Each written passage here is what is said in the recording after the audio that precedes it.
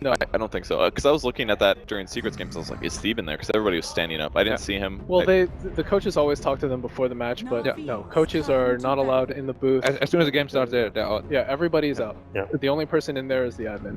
Do you think that will change in the future?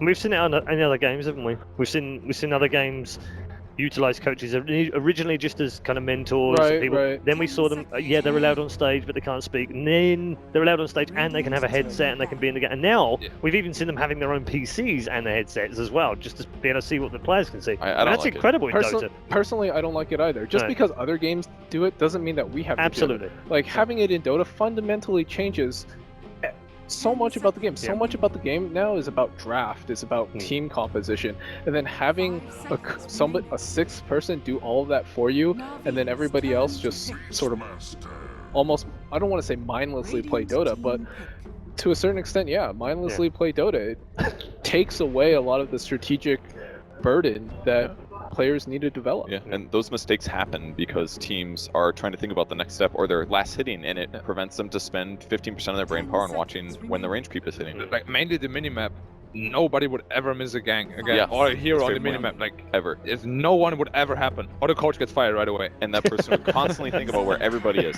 Black's already thinking about his future right now. I think he's getting worried about being fired or something.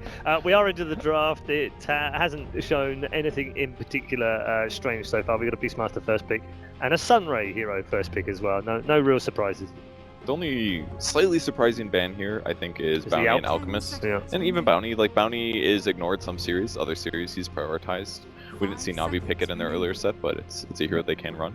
Well, I think since DC had second pick, they're like, hey, I don't want to ban the Beastmaster here. If we ban the Beastmaster, they're going to take the Phoenix, and then we're not going to get something really good in return. So they're like, all right, might as well ban something that's sort of whatever for us, like the Bounty Hunter. So if they get a Beastmaster, we get the Phoenix. And there's also an element of some heroes teams just don't want to play against, regardless of who they're playing. Yeah, and Phoenix here is quite good against Beastmaster. Beastmaster locks somebody down, kills them. If Phoenix is in the back line, as soon as he gets roared, you throw the Sunray down, and it gives them a chance to survive through that, and then essentially nullify everything Beastmaster is trying to do. I particularly like the Bounty ban too, because I already spoke about, they're a really aggressive team, and if you track one hero, you just have complete knowledge of the hero for 30 seconds, and in my opinion, that really shuts like aggressive actions down already. So like they can't fake back or something like that. Yeah. Like you will know exactly what they're gonna do. Batrider on a DC. We saw a Batrider in game 1 for Na'Vi, of course. Yeah, that should be the move Batrider. Yeah, they've never played a mid, I think. No, and like DC never played a middle before. No, it's almost always a move Batrider in the offlane. Yeah. Sometimes he dies. Sometimes he doesn't. Yeah. You know, another thing about Phoenix versus Beast though is they do have the attack speed aura, and now with Venge, they've got a push lineup waiting to happen if they want to go that way. It's also a counter against Batrider. Really good against Batrider. It's very versatile hero overall. Yeah. And it's also a pretty good Roche taking lineup so far. This was like the perfect setup for a draw lineup. They banned it right away. Yeah. But it doesn't even have to be draw. It could be Lycan. It could with those be two, Dragon Knight. Anything works. Yeah. Like those two auras are just super strong to push. It's so perfect. Beast Venge here versus Bat. I like the opening out of both teams so far, really. I mean, they're gonna have to deal with Beastmaster Hawk. I mean, they clearly wanted a Batrider regardless of the fact that Beastmaster is in the game, but Beastmaster Hawk plus swap, like this Batrider is gonna have a really tough game, unless they sneak something in like a support Night Stalker, like DC that is. They have run it before. They did run it before, and it's really good against the Beastmaster Hawk in general. But like, if they don't pick anything to complement, then the Batrider is gonna have a really tough time against those two heroes in particular. Yeah, I mean, I kind of like it. Because it'll give them so much more vision. It'll make their team fights a little bit better. It'll guarantee that Bat can do what Bat wants to do. Yeah. In a lot of cases. And they have like a tank liner for the Phoenix as well, for the Phoenix egg, coupled with the mischance of the crippling fear 50%. This can really mess up a team fight for them. I worry if they do pick the Night Stalker though. I worry about what the rest of their team looks like. Typically, it's like a 4-position Night Stalker. I don't think Weehaw or Resolution could play it, but he typically doesn't play it. Yeah. And so, and probably Phoenix Night Stalker is really greedy. Yeah, that's super greedy. Yeah. We'll see what they do as they're into their bonus time now. Well, they banned the Lycan. There's so much time though. Yeah. You know, I think a lot of teams have been looking at second pick as like, all right, this is going to be, we want to try and get something like a combo here. Yeah. You can't do it now because of you can't do it in succession now because of the change to to captain's mode. But like, what are you guys thinking out of DC? Rasta. Wasn't gonna guess that one. That was really far down the list. Gives them some lockdown. They can do things like put wards near the egg to keep them alive. They can clear necros really easily. That'll be kind of nice. But But he has to be positioned 4 surely. Like I don't like position 5 Rasta at all. I don't really like this either. This is the in the same vein that we talked about the Night Stalker. It's like really greedy. Really greedy. It is really greedy. They can really punish their lanes. If they go aggressive, they don't have any means to shut it down really. I also don't like, they didn't need to pick it this early either. Yeah. It's not like they're gonna ban or pick Rasta. Depends what their 4th pick is. If it's Yeah. Meepo, then yes, then it makes sense. Oftentimes when this happens, that's I think the same thing. But then Picking it Meepo turns might be around. super risky. There's still a Sven in the pool. What if- With those 2 heroes already? What if it's something like they're gonna do Ursa right now? Like Shadow Shaman's got a combo with something, right? Either a tower pusher. Yeah. I mean, right now it's looking good against a Weaver. Now they've got a hero that has lots of disable. I'm actually surprised they picked Weaver after the Rasta. It's like not something you generally see. Gemini really good against the egg. They've been picking Yeah. Reaver into a Rasta and a Bat Yeah, Rider. it is very. It's a Man, little this is strange. suspicious, man. They must have a plan. It might be just like a comfort pick. They don't Yeah. because they don't know what Digital Chaos is going to do. They don't really see their cores yet, and so Weaver is like one of those can be aggressive, self-sustaining like cores that that scale into the late game. Yeah. That Scale's really good this game with Venge and Beast too. But- Minus armor and damage amp and all the things that Weaver usually lacks a little bit. I just think though a better complement here for the Na'Vi lineup would have been a Juggernaut. Would have added to the push power still, and is really good against 3 of their heroes too. Yes, but once Shadow Shaman gets Blink Jug is way worse because then they could always consistently set up. I mean, Weaver, if he survives through the nuke, he goes full HP and he just starts killing people. I don't know. I really agree with Black here. I think Juggernaut would have been great because how long is it going to take for that Shadow Shaman to get a Blink Dagger? But even after, they still have to swap him out, save him. Then you put up the healing ward. yeah, If it even gets to the point where they can kill them, because if Beastmaster gets the Necro up with the healing ward, their pushing power is insane. Ooh, so we got a puck out of Digital Chaos. That's probably going to be a resolution puck, and I think Yeah. we will see something very, very late game hard carry out of Digital Chaos for Wii. Must be like something like a Spectre. I like Compliment, Spectre. I'm not sold on the Meepo here. No, Meepo, I don't think it would be a good pick here. What about like Ember Spirit? I don't know. I don't like Ember either, just because you're picking Ember into a Beastmaster. There's Venge is like decent against it. Yeah. Well, not decent. It's like whatever, but it's just another additional disable for the Ember. And then, I mean, Na'Vi could pick something up. Well, they pick up the Rasta. They picked up the Rasta though, so that might imply something like a carry that can't really push towers like an Ember, but I'm not really sure where they want to go with that. I like Spectre a lot for DC. Like, Spectre is amazing with their whole lineup for sure. Like as soon as Puck reaches Yeah. 6, they can make anything happen. Same as Bad Rider. But I'm pretty sure Na'Vi will ban that hero. What do you think Na'Vi needs right now to shore up their lineup? Okay, well, Well, that pretty much counters 3 of the heroes already. that's a great pick. I Yeah. like that a lot. It counters the 3 of the heroes right off the bat. Especially a new change, or well, not new anymore, that you can Carapace out of Invis, you can really mess up a Puck too. Yeah, you can mix up the Puck, the Bat Rider, Yeah. and the Phoenix. Yeah, the Phoenix, You just all of Carapace, run into the Sunray. Yeah. Hey, your most imbalanced skill right now is gone. Yep. And it's Mana Burn is also great against all of their heroes right now. I mean, obviously, Bad Rider's gonna jump in, your Carapace, Bad Rider's dead. You probably don't even need to swap him out at that point. You just like kill him off right away.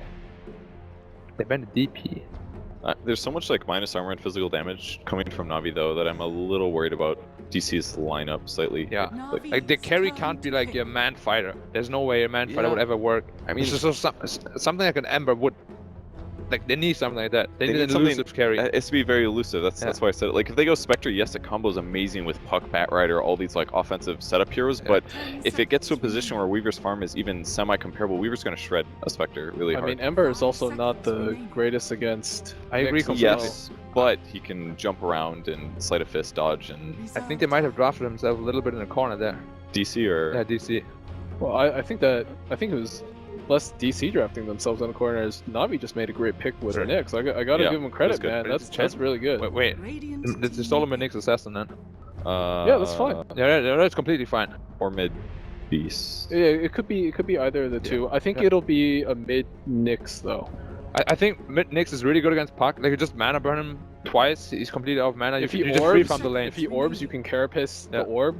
That's really good. And you get a really early blink on Nyx if you go It's for that. also a PMS hero. Do you change up the lanes as DC? Do you put like Batrider? No, you went to Puck off No. lane, so I guess they're kind of forced to do that. No, like I've never seen DC run Batrider out of off lane, so they're definitely put it off lane no matter what. Puck should be middle, and they will pick some clings. Is he going to Orchid this game to counter? Like I said, they don't. He doesn't need to counter Weaver. They just need damage. It's not the worst hero, but generally for me, Beastmaster hard counters clings. Like in With gems. yeah, and vision. they have no Yeah. saves for him either. If that Clinks gets isolated, he's done. Like the only thing they have is Phoenix Act, but they can just focus that down with the attack speed R like Okay, so immediately. it is a move Batrider, it is a resolution Clinks. We're going to go down the line. Just assess the draft very quickly. Charlie, which way do you feel it went? I feel like this is deja vu, but I like Navi's draft better. Navi, great draft, okay. Black? No, I agree completely. I think they're just gonna take the control of the game from the start and they won't let it go. Okay. I definitely do like Navi's draft. It's a lot easier to execute. The DC carries, it could work. I think for DC, I think it all comes down to how well Shadow Shaman does. If he's behind, he's gonna have an awful game, and it's gonna really weigh down DC. Yeah. All right. Okay. Thanks to all three of them. We'll hear from all three of our panelists again after game one. But time now to head to the commentary desk with Wagger and Capitalist. That's right, a surprise Nyx Assassin mid picked up by Navi is going to sway our analysts heavily in their favor, but I've got Wagga joining me. Wagga, how do you feel about the Nyx Assassin? The Nyx Assassin is really nice, but I want to always see a team with Rasta work out. You gotta give credit to DC for picking this, and pretty early as well. However, I'm gonna give credit to Navi. I think they have the stronger draft here. Just the Venge and Beastmaster along with Chen, that's a heavy push power. Mm-hmm. And I think they could take this game. All right, as we go down the line, see the beautiful faces of all of our players on there. That is a I love perfect this one picture. for we. Yeah. That really is. That really is. Moo also. Look at DC that really, beautiful hair. giving some to the fans here. Oh yeah, they got their flair. So which team do you favor in this? Draft-wise. We were kind of talking about the Nyx Assassin versus the Phoenix and how the counter to the Sun Ray. It feels like it's something that we've seen before. Not mid Nyx Assassin. We've seen offlane Nyx Assassin attempt to be a counter to that.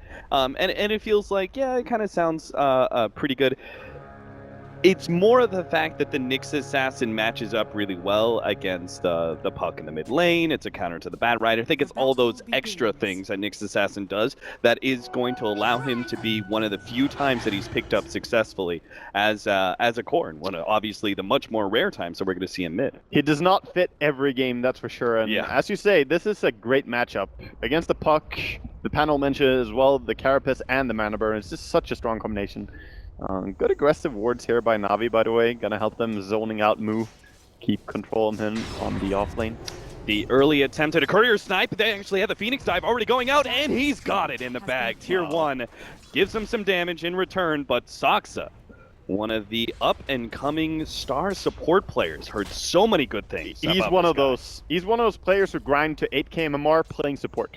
So he's pretty good. If that doesn't say enough, I don't know what is. We Yeah. see the breakdown of our lanes. Moo matched up against Dichiron, Tsuneko, the mid lane, Weehaw, and Dendi going at it. Obviously, Dendi missing out on his courier is going to be a little bit of a sore spot, but still. He'll still be fine though, I think. 'Cause, Yeah. Nyx Assassin has great HP regen, and he still has an Iron Branch he can plant, so he should be good. Batrider just trading hits a little bit with Tsuneko, trying to get experience on this lane. Unfortunately, poor Moo, as strong as Batrider is against dual lanes, because you just harass that support with sticky napalm and everything. It Weaver. still doesn't quite match up to the way that Beastmaster just jungles effortlessly. So General will be probably slightly ahead as we go probably 6 or 7 minutes in. And as you said, kind of alluding to the Weaver is a rather dangerous hero in lane as well. We'll see if Misery is going to be a good pal and stack up some jungle for his Batrider so he can recover later. Because, yes, this top lane is not good for a Batrider. Against Weaver, you can't farm, you can't be aggressive. You cannot kill him. That's the issue. That's exactly the job of Misery right now, is he's going to be stacking up that hard camp. Yep. Very a good safe pal. position. And meanwhile, it's the Phoenix who starts pulling and getting some levels. The advantage still pretty heavily in Dendy's favor, 9 and 5 compared to the 6 and 2. Well, he should be slightly winning this farm, and being ahead in CS and having 4 creeps alive is worth mentioning. Yeah, so he's actually very far ahead in CS, as to be expected. The question is really going to come down to, between these 2 tempo controllers, who's going to be more successful once we start getting into that phase where they have their levels and they're trying to gank those side lanes. And that will really determine which one of our mid players comes out on top. I just realized as well, it's Dendy playing Nyx against Weeha. Weeha is one of the players who did mid Nyx a lot. It's a few months ago, but he played that a ton. And very fun to see him go up against himself here. Of course, that mana burn is making his mid lane quite miserable. Saksa in return. Oh, looks like they may have Moo locked down. They managed to get the missile onto him. Ditchira going in for the dive. Last little bit of extra damage coming out from Ditchira. Successfully claims our first blood against Moo. Beautiful kill there, and that's gonna put even more momentum to the safe lane Weaver, who has great CS right now as well. I wonder if he's gonna go for the Orchid build here on Klinks, just because he's against the Weaver. Sometimes you want to punish that. If you get the Orchid early enough, there's no Lincolns, there's no defensive item yet, you can take control of the game a little bit. Or if he's gonna go the Desolator build, which is safer. Yeah, it's definitely the Desolator build is the build that we're seeing pretty much all the time on Klinkses, but I think you're on the money there. I think this is one of the few times that you really gotta consider, at least, that Orchid, just because you know Weaver's going to be such a problematic hero once he's able to get that Lincolns, because at that point in time, then your Batrider becomes a little bit more questionable as to how well he's going to be able to shut down that Weaver. It also doesn't matter if he gets the Lincolns eventually, because then you still have one more thing to pop it in a team fight. Right. Oh, bottom. Chen is just coming here to make sure that General can have impact on the lane. Yeah, and he also sees this stack, so Juicy. This is supposed to be the Batriders. He's supposed to be able to work with 2 different stacks here. Doubt Navi are really going to be able to take too much from here. No, I think if he gets the Persuasion on the other Hellcaller, he could do a lot here, or the Tormentor. Oh, yeah. So he could have double blast. Yeah. That would actually be a really good call. There we go. There it is. Unfortunately, he had to lose his other State of Blast, but that's okay. One more comes out. Moo is now here, but he doesn't have his Firefly. Oh, Misery. They are going to have the wraparound, though. They're going to try and use all 4 heroes to get the kill onto Artstyle. They're going to be able to lock him in, and General just goes for the TP out. He's like, see you later, Artstyle. I appreciate everything you did for me in this lane. We helped do some damage to the Batrider's farm, but in the end, I have to let you be the sacrifice. Yeah, Bat is still pretty happy. He came down here and got experience from that kill. Nice sneaky stun from Taneko, but it's not going to be enough. Dendy unable to follow that one up, it seems, as he didn't quite have enough mana at the time. Yeah. With the combo stun. Still good aggression, though. I like Navi's rotations, but DC also responding very well to the bottom rotation by 10. And this is the power of Weaver, by the way. You can leave him alone. He's going to be fine on his own device here, and there's really not a single hero DC can put against him that's going to have a fun time. Yeah, as we're seeing, Misery was just attempting to get a little bit of experience, immediately punished by Navi. Yeah. You had to sort of expect that. When Taneko was just mid, don't know where he is yet, but there's a very big chance he comes up here and tries to fight with his Weaver. Now Moo cuts right back across.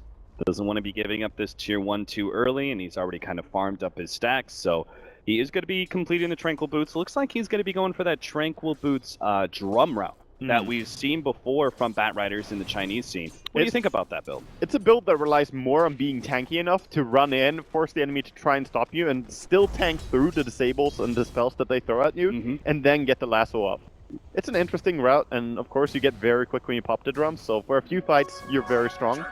I'm not sure on it, but I feel like how it's it works. Particularly strong with the way that we've seen when teams are trying to be aggressive into a Batrider team.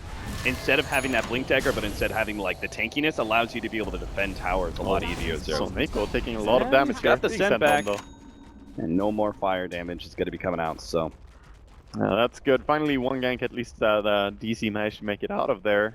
Of course, they did live mid as well when Weeha ran away, but that dying or having to run back all the way on mid or dying is actually almost the same. Sometimes that time they invest running back to Fountain hurts you a lot. Counter ward already laid in place by the Radiant side, so they didn't actually see that Klink's coming in, but Dendi easily protects himself. Not sure what the plan there was. With just the Dream Coil, there was always going to be a Spike Carapace, and underneath the tier 1 tower. You cannot tower dive. You had your Klinks there for sure. He makes the early rotation. You want to put pressure, but you cannot tower dive a Nyx who's full HP. It just does not work out. And that's one of the things. Like, Nyx Assassin mid, that shouldn't be a hero that you feel the need to go for a dive onto him. I think this is the bigger part. He wanted to get all the way top. Yeah, and now Dichira is going to be lassoed up. That should be enough control for sure enough Moo to be able to get that kill and speed up that drums into a blink dagger a little bit later on. So that was definitely the kill that Digital Chaos needed to be able to find, and they successfully grabbed it.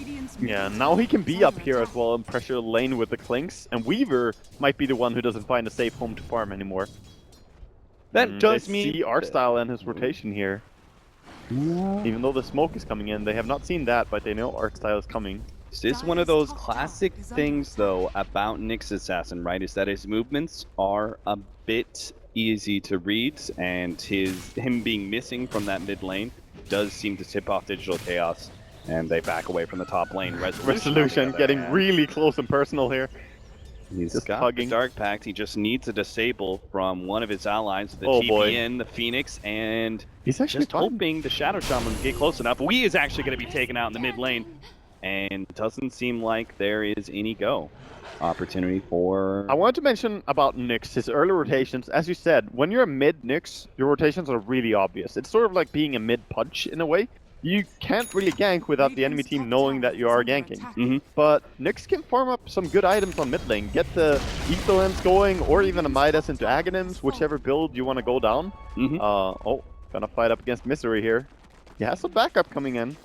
Dendi should be able to hit that stun, and Misery is going to be surrounded very quickly. They had to blow the Primal Roar for that one, but that'll be just fine for Na'Vi as they find yet another pickoff and still keeping a lot of pressure on that top lane. Still nobody from DC stopping the Chen and Weaver combo. They have the drums available now, and they're trying to go behind with the Klinks, but I wonder if they can catch anyone here. There's the Ensnare and Stomp as well. All right, he kills off. Kill some creeps. Send back though, and looks like they've only gotten one out of that. Oh, they got 2 creeps. Killed the wolf and the... Oh, okay. So he's just forcing the Chen back. The push stopped, but that was still good tower damage. 1,000 damage to a tier 2 tower. That's gonna make Weaver's job a lot easier later on. And plus, he rotated 3 cores from DC to that top lane, and it was pretty much unsuccessful. Of course, giving more space to Beastmaster, who is... Yeah, Dendi though gonna be caught out as Rap comes in from DC. A lot of early rotations here. It comes down to the Klinks a lot as well. Just moving your carry aggressively here is DC. And that is kind of one of like the signature things about Klinks, right? Is that he outputs a lot of physical damage, but it's also the fact that he comes online rather quickly when it comes to movement around the map. You could see up at that top lane, Dichira just pushing back the Bat Rider, but it's mid where most of our attention is going to be. Is that tier 1 tower should be going down here. The question is whether or not Na'Vi get the deny up against the Serpent Wards. And... oh, they don't. Missing out, but still they are able to farm up the Shadow Shaman Wards, and that's a decent chunk of change back into Na'Vi. That is a lot of money, and you were mentioning the Klinks and how he comes online a little bit earlier. The thing about him is, he comes online aggressively. Some carries, like Lifesteer, great at counter TPing. We see good dust coming in here. Actually gonna punish the early rotations now, maybe. Yeah, Resolution turns around, actually just goes for the Courier, does successfully get it. And now, at least he gets a little something in return. I can't believe that Courier just died like that. Should have been just a free pickoff on Klinks. Yeah, I mean, money-wise, he actually put his team ahead in that little exchange. Of course, getting a kill and the experience you get, the downtime on the Klinks, it definitely hurts more for DC, but good consolation prize.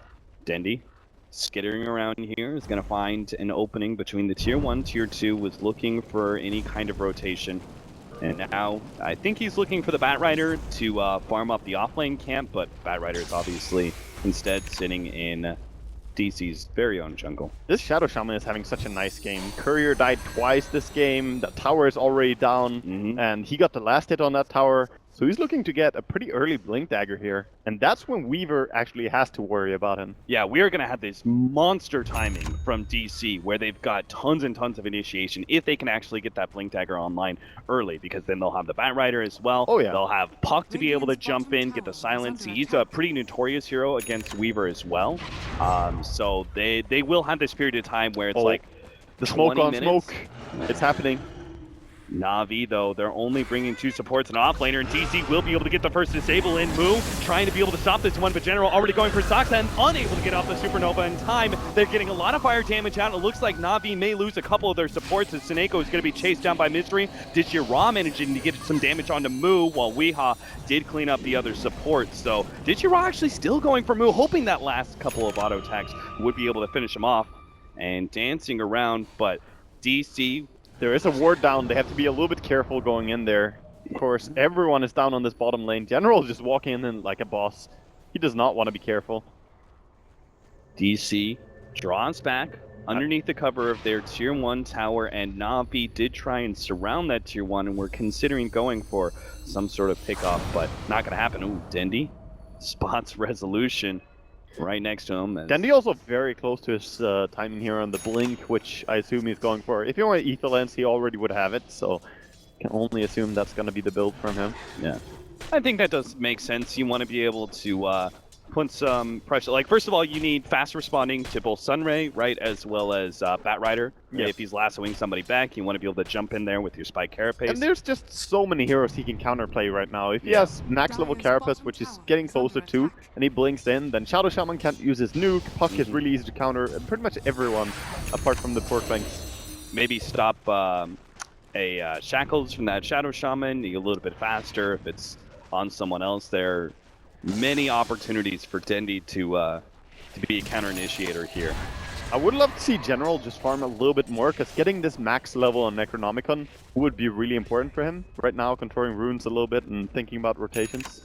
It seems like Na'Vi are trying to hit DC where it hurts just before that timing that we were talking about with the Blink Daggers and everything else. It seems like they're trying to hit Digital Chaos and slow down that option, because they could just be sitting back and farming more on both General as well as Dichira.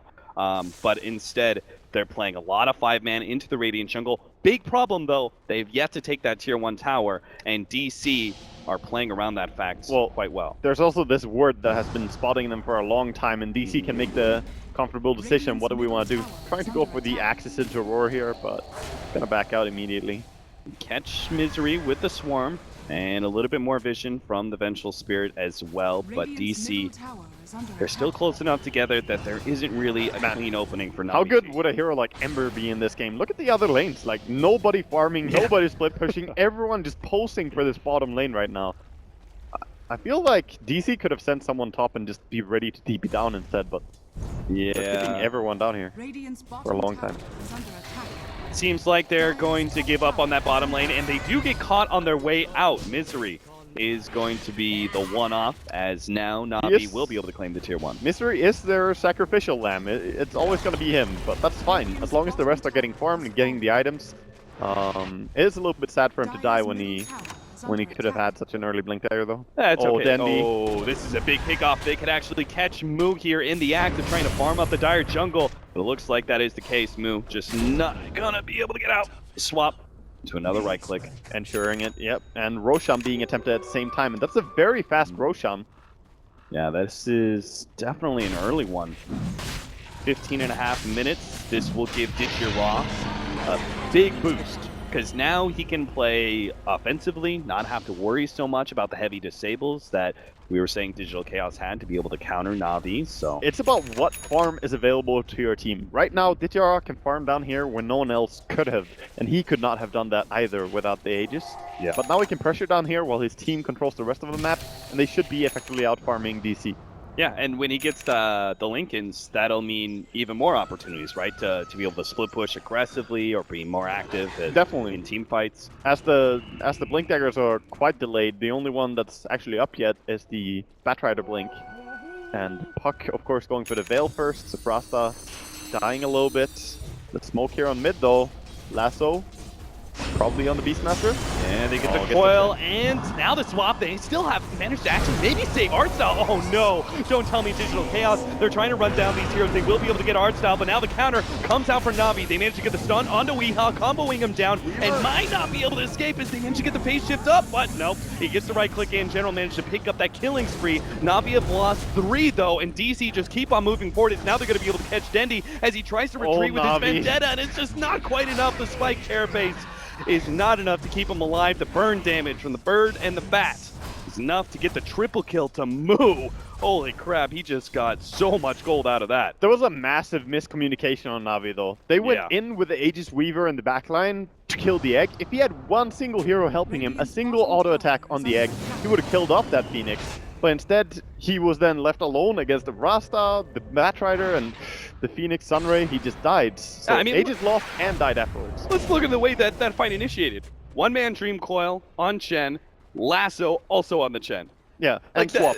Yeah, like And Swap saved it. So. at that point in time, you could probably just give up the Chen and be like, all right, sorry, buddy. You know, they use double ultimates and call that a win. But Navi trying to fight that one out unsuccessfully, as the successful Supernova does turn the tides to the favor of Digital Chaos. Navi, though, not going to be putting too much here on the brakes. They're going to try and keep on going. Catch Resolution, no mana already, and no hope to escape. No way out. You can't underestimate Navi, even after they died. Their triple kill, of course, really nice for Moo. But they have Blink Aetherlens now on Nyx all of a sudden. And this Beastmaster with Necro 3, that's really powerful. The towers are going to take a lot of push from this. In Digital Chaos, their composition is much more teamfight oriented, and in that case, Navi will have a lot more opportunities to be able to split with heroes like the Beastmaster and even the Weaver once we see damage item picked up for him, which I was presuming was going to be the Desolator as soon as he finishes that Lincoln. Oh, yeah, most definitely it should be. He could go for something else if he wants to. He could go for Maelstrom or something if he wants to attack speed. Being able to proc on both the attacks is pretty nice as well. But I think Deso is the safest bet here. Yeah. So they got the mid tower, they got some damage done on the bottom tower, but more importantly, Navi are right now controlling where DC are moving. And they got a good aggressive ward as well.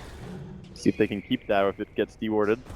Combined with the Hawks. I think Navi is kind of one of those teams where if they do manage to get some control on you like this, it's worth making the investment into a gem just because you know they're going to exploit your position. Fortunately, that kind of ward ever so barely managed to find that. That was really close. Yeah. It was on the edge. They smoke up immediately afterwards. See how Navi are going to play this out. They're grouping up on mid looking to smoke on their own, I think. Or, no, they don't even have one. I'm not sure. They're just backing out and playing safe. Yeah, I think that was the smoke call. I think they assumed that there was going to be a push through mid They are to try aware. and catch a hero, and that's why immediately they They're backed away pinging from bottom. mid, but They're pinging bottom to indicate that, hey, no one's farming the tier 2 here. Mm-hmm. The push is coming into a tower and no one's taking the money. That's kind of suspicious. And that's why it's always key to try and push out the lanes before you go for that smoke. Kind of serves as just an alarm. You see a tower being hit on the enemy side, and you're just like, they're not defending that. What's the deal? It's got to be a smoke. Can I just take a second to mention, I can't believe how farmed Artstyle is. How does he have 102 CS in this game? He's been pushing a lot of different towers. He's died 3 times, and still, he's up there with Chen. He's going for that Aghanims. He's 1,740 gold off. Artstyle Not Chen, too man. far. Artstyle Chen. Yeah, he did play Chen Enchantress almost exclusively in Dream League in the playoffs, and they had a very good run with these 2 heroes. He also plays Disruptor really well, but they play well around this. So. Might be a good idea to go back to the ban both junglers against Navi. We'll see. You just can't do it though. Maybe in the second phase, but when they open Venge Beastmaster, you have to get rid of Drow and Lycan. It's forced by their first picks. So good way of drafting by Navi. Oh, Dechara though. He has the Lincoln, so he's a little bit safe, but that Aether Lens on Shadow Shaman can be quite deceptive. Yeah. Those long-range disables. We've got the Force Staff as well on the Batriders, so there are opportunities for quick plays. And let's not forget the AoE silence. Lincoln's not going to do much about that, but the initiation is down from Na'Vi. They blow up Moo. And Quick now, plays happening indeed, Capitalist, as Dandy goes in. turn from tier 2 to a high ground push, I think. You just forced this one outright, I believe. Oh, you definitely do. I mean, they have decent high ground defense, but not that good when Batrider is dead. Puck is good, but if you're gonna defend with Shadow Shaman, you have to get so close. Yeah, you know DC will be able to... Oh, they jump in from Dendy. He got the spike airbase and a two-man stun. They're blowing up Weehia. He's already gone. Saksa now going to be swapped into a Primal Roar. Picture perfect execution from Na'Vi as they find the outground opening. That's just Rex. All led from Dendy. That's just Rex. They Yep. don't even have buyback. That is so important. Wow. What a nice play. We're talking about how in theory Nyx can work. That was exactly what people dream about doing. Absolutely. Now Na'Vi can back out feeling damn fine about themselves. That came out of nowhere. First, at the tier 2 tower, DC felt, maybe we can defend this one. Oh, we're dead. And then like, oh, they're pushing high ground. Well, we should be able to oh, we're dead again. Yeah, we were just about to say, like, oh, you could say the DC can spam out, but they can't really initiate, right, without a Batrider. But Nyx Assassin Spike Carapace, one of those abilities that will punish you for trying to spam. We saw it there. Oh, really hard, that punishment. So now Chen has the entire Aghanims. He's gonna grab up one of these Granite Golems. Very nice creep to get this early as well. So much extra HP for your team. You're looking at Digital Chaos, who are, I would say, pretty reliant on being able to pop some heroes before they get anything done. That's what these heavy disables and heroes like Puck are all about. And being able to tank up like that, have that Granite Golem in play, is really going to put a lot of wrenches in Digital Chaos's plans. Yeah, it will. Interesting to see that the Weaver, instead of going for a Desolator, went back for the Dragonlance. Just the extra range, good stats from it. I mean, it's an extremely effective stat item. Dendy, you already used the Spike Carapace, but unfortunately our Puck is just a bit too far behind to go for a solo kill like that. Very elusive hero to try and kill. Smoke coming in mid from DC. Gonna look for something here. Yeah, they gotta find an opening now, right before Roshan. It's a good timing as well. All the lanes are quite pushed, but they're being pinged. Uh-oh, swap back in. Oh, in trouble. Weehawk managed to get the silence up, but he also got stunned up by the Spike Carapace. Now the Supernova goes down, but it's immediately blown up as Na'Vi put their attention towards it as a 5-man crew. Resolution, and the only one standing in the middle of everyone with his BKB, doling out damage, but he only can kill one. Dendy managed to get the stun onto Misery. Will be able to get away with the Spike Carapace active as Digital will take out that support. And just like that, Digital Chaos call it. Na'Vi's initiation at that bottom lane was just too damn good, and Digital Chaos can't even come back. Na'Vi, they're looking really strong in this group stage. First taking down Secret 2-0, and now going into this game, just making it look easy against DC. Oh, very easy indeed, man. Na'Vi back in form as they are just one win away from being able to take top of their group. Yeah, the way they made their draft work as well, I don't think teams I don't think they understand how strong art style is on Chen and Enchantress though. He helps put so